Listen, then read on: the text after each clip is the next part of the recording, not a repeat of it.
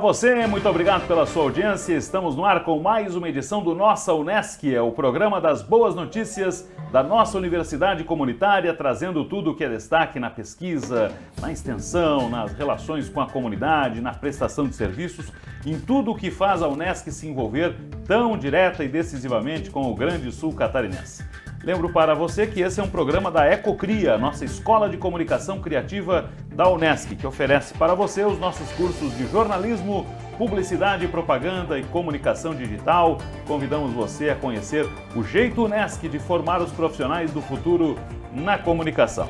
Vá lá no graduação.unesc.net, conheça mais da Ecocria e de todas as oportunidades que a nossa universidade comunitária oferece. E entre essas oportunidades está o nosso curso de farmácia, que vai estar na pauta de hoje. E falando no nosso curso de farmácia, ele nos remete pontualmente a um projeto que, olha, já não é de hoje, hein, né? Um projeto de 2 décadas já, que se desenvolve de uma forma muito exitosa, afinal só se estende por tanto tempo assim, tendo um fundamento, tendo um objetivo e tendo resultados. Projeto Fitoterapia Racional. A responsável por esse projeto, que eu vou apresentar em seguidinha, está conosco no estúdio, nós vamos conversar a respeito, afinal fitoterapia é um tema também super do momento, embora o projeto já tenha bastante tempo, mas a prova de que é um tema que se atualiza, que se renova e que está também no nosso cotidiano. E vai ser assunto na sequência. Não saia daí, já voltamos em 1 minuto, eu apresento a nossa convidada, agora um recado da Ecocria para você. Pensamento criativo questiona as lógicas e dá vida ao novo. Para um mundo onde a única certeza é a mudança, uma nova geração de profissionais. Chegou a Escola de Comunicação Criativa Unesc. Jornalismo, publicidade e propaganda e comunicação digital. Cursos semipresenciais com disciplinas online. Conquiste suas certificações ao longo do curso e monte seu portfólio. Foco na inovação e nas competências que o mercado precisa. Comunicação 360 graus para formar profissionais de alto nível. Escola de Comunicação Criativa Unesc. Um ponto de vista não precisa ser um ponto fixo.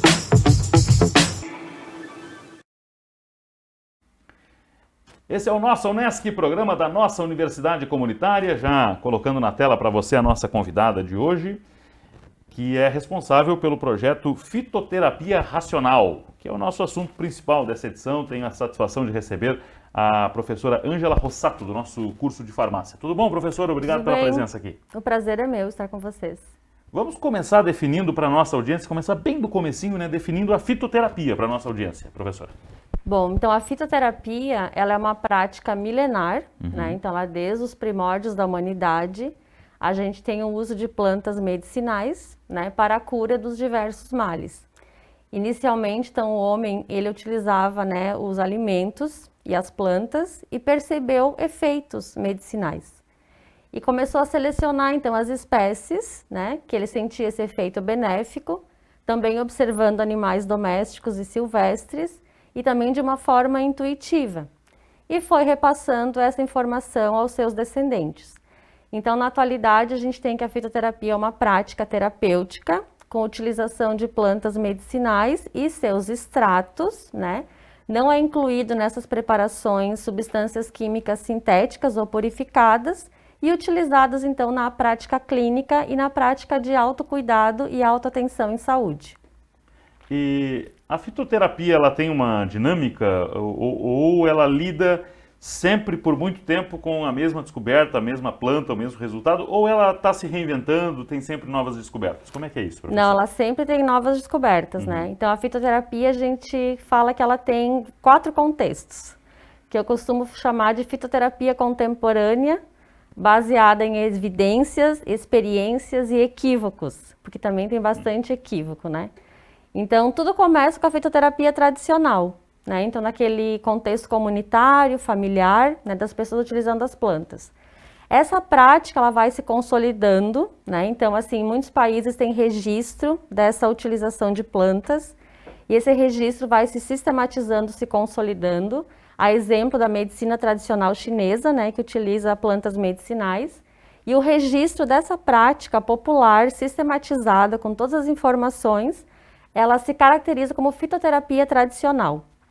Essa fitoterapia tradicional, ela pode passar a ser caracterizada como fitoterapia científica, que é quando os estudos, então, né, as pesquisas clínicas, não clínicas, fitoquímicas, toxicológicas e por aí vai, estuda essa planta, né, com base naquilo que a população está utilizando, para tentar entender o seu mecanismo, como que atua dentro do nosso organismo. Então, a fitoterapia ela tem uma questão também muito energética para algumas práticas terapêuticas, né? Mas também ela tem, na nossa visão da medicina ocidental, ela tem uma visão também de mecanismo de ação, de interação, de contraindicação.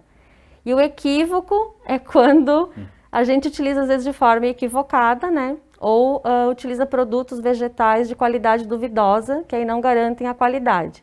Então, ela está sempre se reinventando, sempre se descobrindo, e às vezes plantas que às vezes estavam esquecidas, né? Elas ressurgem, aparecem, demonstram novas ações, novas propriedades, e também com base nas plantas, se a gente for analisar, 70% dos medicamentos do câncer provém direta ou indiretamente de plantas medicinais. Então, para a gente identificar como essa riqueza, né, que a gente tem, como ela impulsiona todo esse cuidado em saúde. Olha só, é importante. A gente está falando aqui de um tema que acho que se associa desde sempre à vida da grande maioria, né? Porque quem nunca, toma um chazinho disso, um chazinho daquilo e tal, aquele conhecimento dos nossos antepassados, né, professor? Acho que está muito associado à fitoterapia, né? A avó recomendava o chá disso que ela tomava para tal coisa, porque a avó dela tomava e recomendava, né? Isso é uma cultura que as pessoas carregam ainda, ou digamos que essa modernidade terceirizou um pouco esse conhecimento, professor? Olha, eu leciono a disciplina de fitoterapia no curso. Então, uma das primeiras aulas que eu faço essa enquete com os alunos. E a gente percebe que está se perdendo entre os mais jovens. Então, a gente percebe, assim, eu pergunto, né, quem utiliza, quem conhece, se tem essa prática em casa. E com essa turma, especialmente, eu acho que uns 80% não tinham essa prática. Então, a gente percebe que, infelizmente, é uma prática que ela está...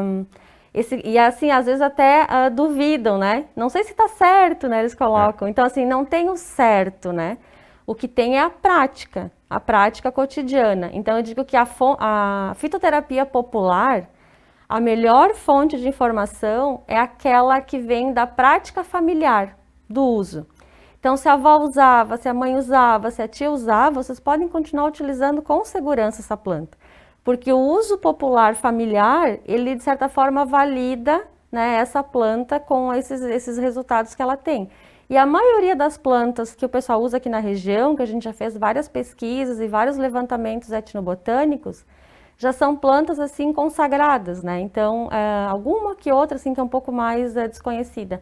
Mas são plantas bem consagradas e bem conhecidas da maioria da população. Então, sim, gente, a avó é uma ótima fonte de informação em relação a plantas medicinais, considerando que ela tem esse conhecimento genuíno, que eu falo, né? Isso. Que é aquela prática familiar que vai passando de geração em geração.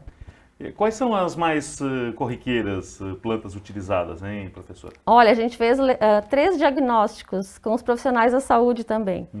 E aí, as mais citadas é a camomila, né, que é a camomila, a malva, entre os dentistas, então, foi disparado, assim, a questão da malva, a erva doce, né, o próprio guaco, a menta, né, então, o boldo, né, então, para ressaca, todo mundo conhece o boldo.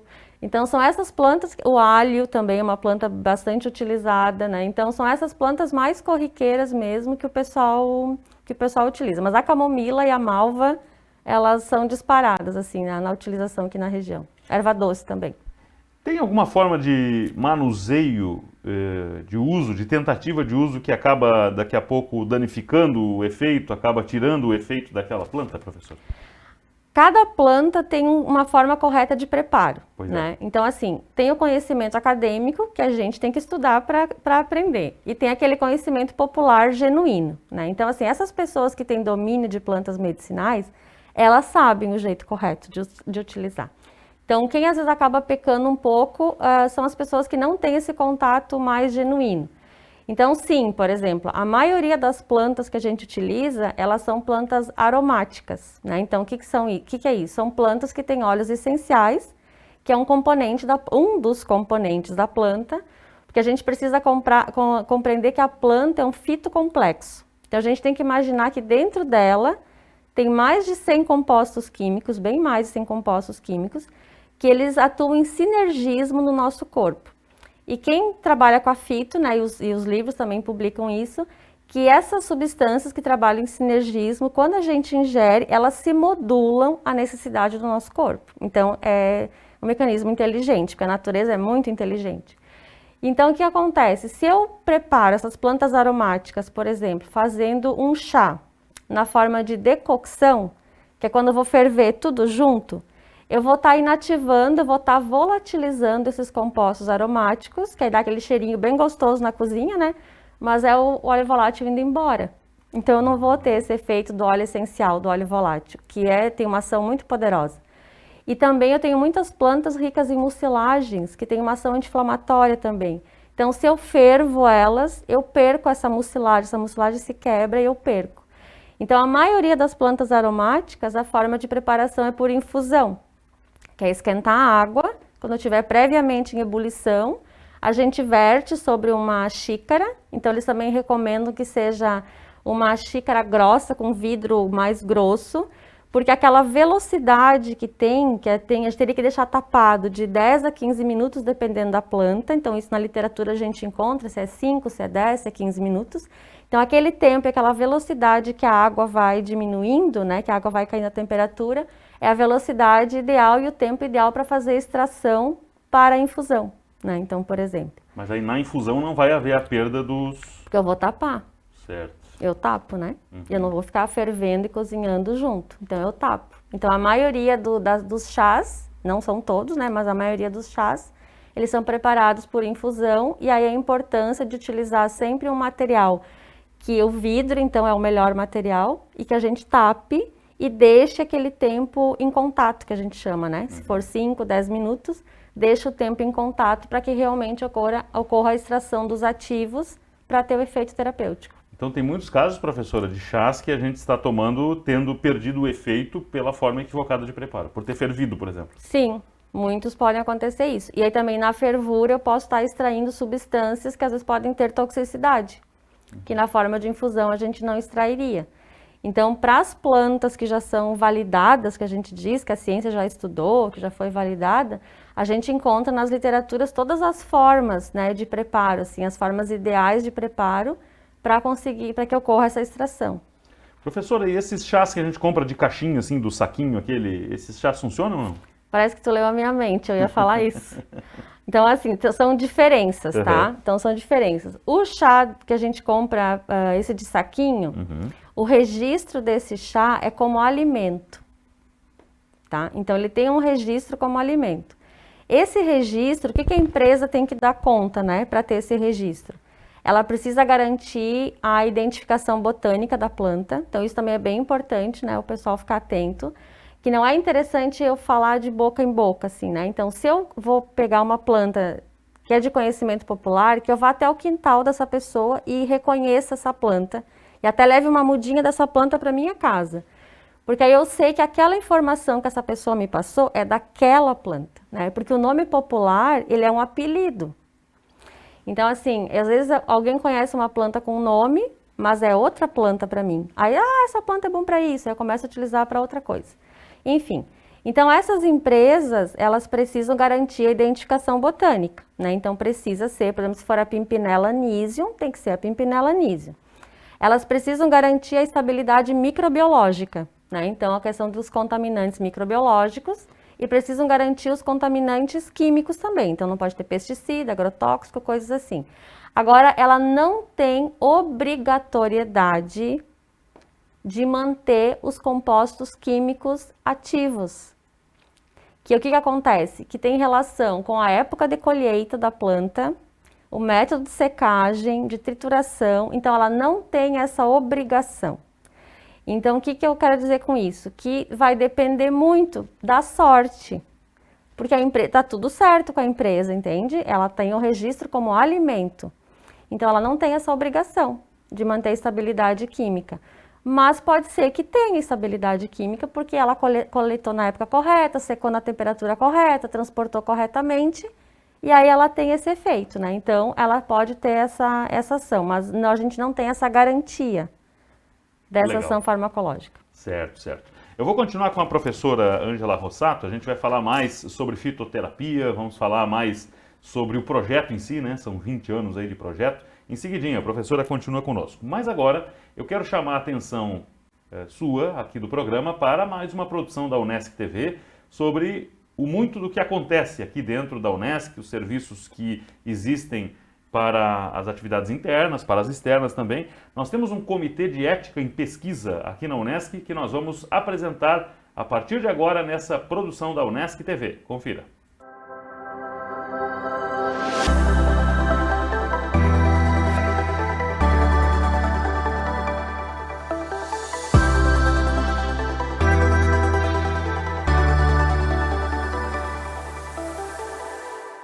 Comitê de Ética em Pesquisa, denominado CEP, eles são muito importantes para as instituições que desejam desenvolver pesquisas que envolvem seres humanos.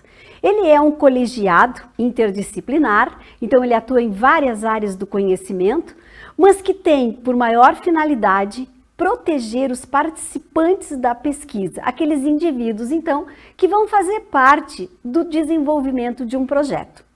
É importante que essas pessoas elas sejam protegidas quanto à sua integridade, à sua dignidade, né? Os preceitos éticos devem estar muito bem sustentados para a proteção desses indivíduos. E essa é a função, é o maior objetivo de um comitê de ética. Ele, na verdade, é um colegiado. Esse colegiado, ele é formado por representantes de todas as áreas do conhecimento daquela instituição, e tanto essa instituição, ela pode ter o seu próprio comitê de ética, quando ela é uma instituição que tem aportes de projetos importantes, ou mesmo ela pode desenvolver projetos e enviar esses projetos para serem avaliados por uma outra instituição que tenha o seu comitê de ética. Esse colegiado de cada instituição, eles são geridos por uma instituição maior que está em Brasília, denominada CONEP, que é o Conselho Nacional de Ética em Pesquisa, e que ela vai estabelecer as normativas que vão, então, direcionar o desenvolvimento desses relatores na avaliação dos projetos para a sua instituição.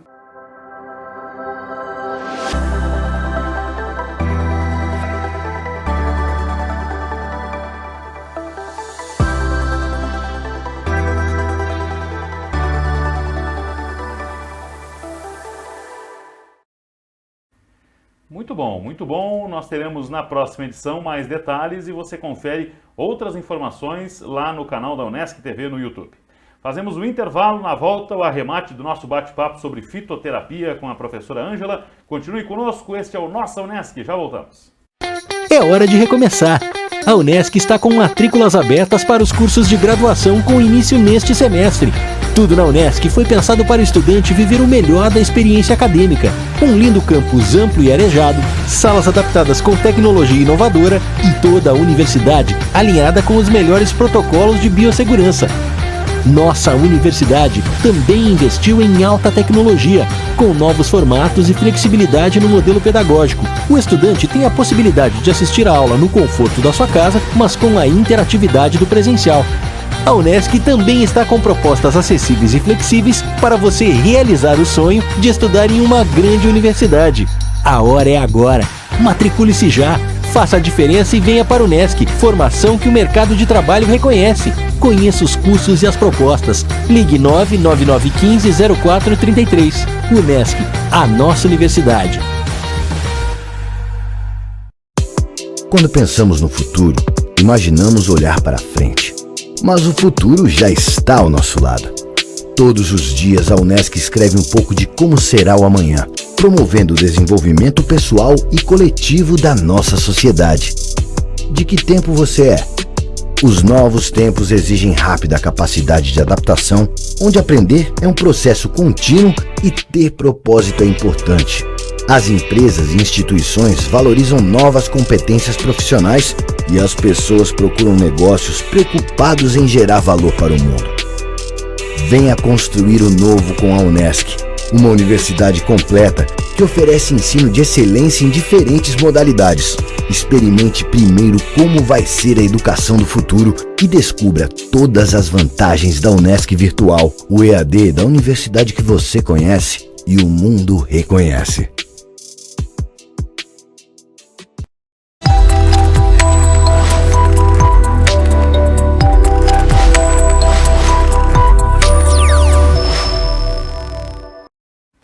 De volta com o Nossa Unesc, aqui está o programa da nossa universidade com as boas notícias da nossa universidade comunitária aqui do sul catarinense. Tenho a satisfação de receber a professora Ângela Rossato, o assunto é fitoterapia, é professora do nosso curso de farmácia aqui da Unesc, já falamos bastante aqui sobre chás, enfim, né, sobre esse universo que de fato é tão fascinante.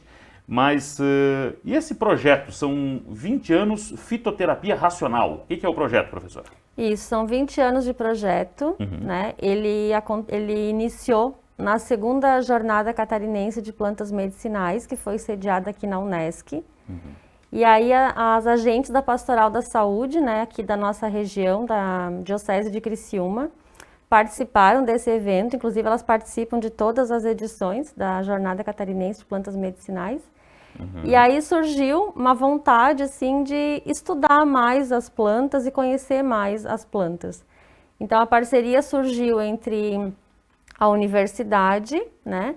Então, os profissionais da área das ciências biológicas, a parte de botânica e do curso de farmácia. E as agentes da Pastoral da Saúde. Então, o projeto hoje, esse ano, ele faz 20 anos, né? 2022 ele vai completar 20 anos.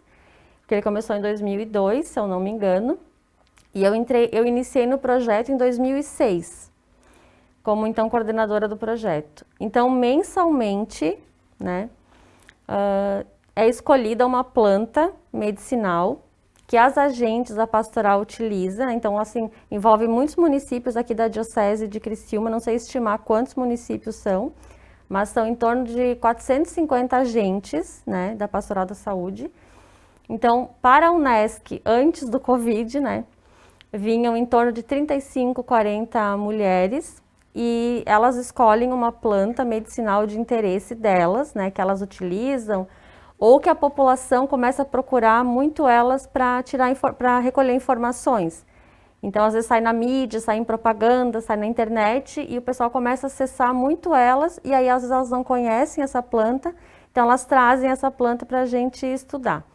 Então, todas as plantas têm identificação botânica, né? Então, é trazido um exemplar para a universidade. O pessoal do herbário aqui, da equipe do herbário, realiza a identificação botânica de posse do nome científico da planta. Então, a gente começa a fazer uma pesquisa que já tem toda uma sistemática de busca de informações. Então, tem todo o detalhe das questões botânicas. No dia do encontro, a gente leva também o exemplar da planta, porque é a questão do nome popular, né? Algumas conhecem com nome, algumas conhecem com outro. Então, assim, é desta planta que estamos falando, né? Então, parte passa a planta, ela, né, mexe, todo mundo mexe e reconhece a planta. Depois tem as informações agroecológicas de cultivo, né? Então, é interessante porque elas também têm muitas informações de cultivo, porque nem sempre a literatura tem todas as informações completas, então elas complementam essas informações de cultivo. Depois nós abrimos um espaço e aonde elas relatam como que elas utilizam, a forma que elas utilizam, para que utilizam essa planta, a experiência delas mesmo, né, da utilização dessa planta na própria região aqui de Criciúma e região. Nesse momento a gente sistematiza todas as informações, então a gente vai coletando e vai sistematizando as informações. Depois disso eu entro com a questão da validação, o que já temos validado como fitoterápico. E aí nós também trazemos o uso tradicional e popular dessa planta em outras regiões, especialmente já teve alguns levantamentos etnobotânicos na nossa região, né, para reforçar o uso popular também delas. e da onde a planta é originária, né? Porque a planta é originária, sei lá, da África. Então a gente tenta encontrar levantamentos de uso popular naquela região. E, por fim, a gente traz ainda os ensaios biológicos e os estudos clínicos a respeito dessa planta. Então a gente diz que é um mix, assim, é uma partilha de saberes, né? Que aí, ao final dos encontros, nós sistematizamos todo esse material para ser compartilhado. Legal, e legal saber também do envolvimento da Pastoral da Saúde, porque elas estão na linha de frente disso aí, né? Dominam, ministram, entendem, também estudam, né? Com esse apoio da Unesc aqui do nosso curso de farmácia. Professora, muito obrigado pela participação, belo assunto, certamente teremos outras oportunidades, parabéns pelo projeto Fitoterapia Racional e esteja à vontade aqui para próximos bate-papos aqui. Eu que agradeço e muito obrigada. Imagina, professora. Professora Ângela Rossato conversou conosco, nossa professora do curso de farmácia, e ela que é responsável pelo projeto Fitoterapia Racional. Afinal, todos vocês conhecem aquele chazinho, né? A gente trouxe aqui dicas muito legais para você. Muito obrigado pela audiência, pelo prestígio. Continue conosco com a nossa Universidade Comunitária e até a próxima. Tchau.